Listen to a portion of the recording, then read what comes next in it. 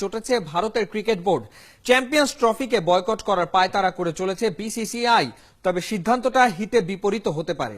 Champions trophy প্রত্যাহার করলে আগামী 8 বছরে বেশ কয়েকটা বড় আসরে দর্শক হয়েই থাকতে হবে টিম ইন্ডিয়াকে। বিস্তারিত জানাচ্ছেন ইশরাক সিদ্দিকী। রেভিনিউ কমে যাওয়া নাকি আইসিসির কোন সভায় বিশাল ভোটে হারা, যেটাই হোক দুশ্চিন্তায় যেন ঘুম হারাম ভারতীয় ক্রিকেট বোর্ডের কর্তাদের। 7 মে সাধারণ বোর্ড সভা ডেকেছে ওরা। অর্ধেকের বেশি মত চ্যাম্পিয়ন্স ট্রফি বয়কট করে কড়া জবাব দেওয়া হোক আইসিসিকে। কেউ বলছে টাকার থেকে ক্রিকেট বড়। ওদের দাবি $570 মিলিয়ন, নতুন রেভিনিউ সিস্টেমে পাবে 273 মিলিয়ন। শুধু তাই না, বাকি 100 মিলিয়ন কামাইয়ের অফারও বিসিসিআই কে দিয়ে রেখেছেন আইসিসি চেয়ারম্যান শশাঙ্ক মনোহর। কিন্তু পাকিস্তানের লেজেন্ডারি বোলার ওয়াসিম আকরাম মনে করেন অন্য কিছু। আইসিসির সিদ্ধান্ত বিশ্ব ক্রিকেটের জন্য ভালো।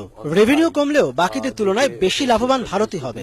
বিসিসিআই এর বিপক্ষে ভোট গেছে কারণ ওদের অহেতুক কর্তৃত্ব বাকি বোর্ডগুলোর জন্য ক্ষতিকর। এত কিছুর পরও চ্যাম্পিয়ন্স ট্রফি বয়কটে ক্ষতিটা হবে ভারতেরই।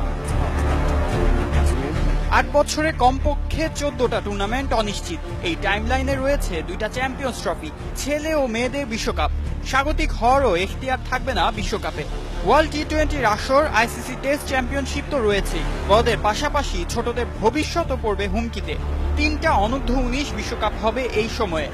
7 মে বোর্ড সভায় ওরা কি সিদ্ধান্ত নেয় তার উপর নির্ভর করছে বিশ্ব ক্রিকেটে ভারতের ভবিষ্যৎ।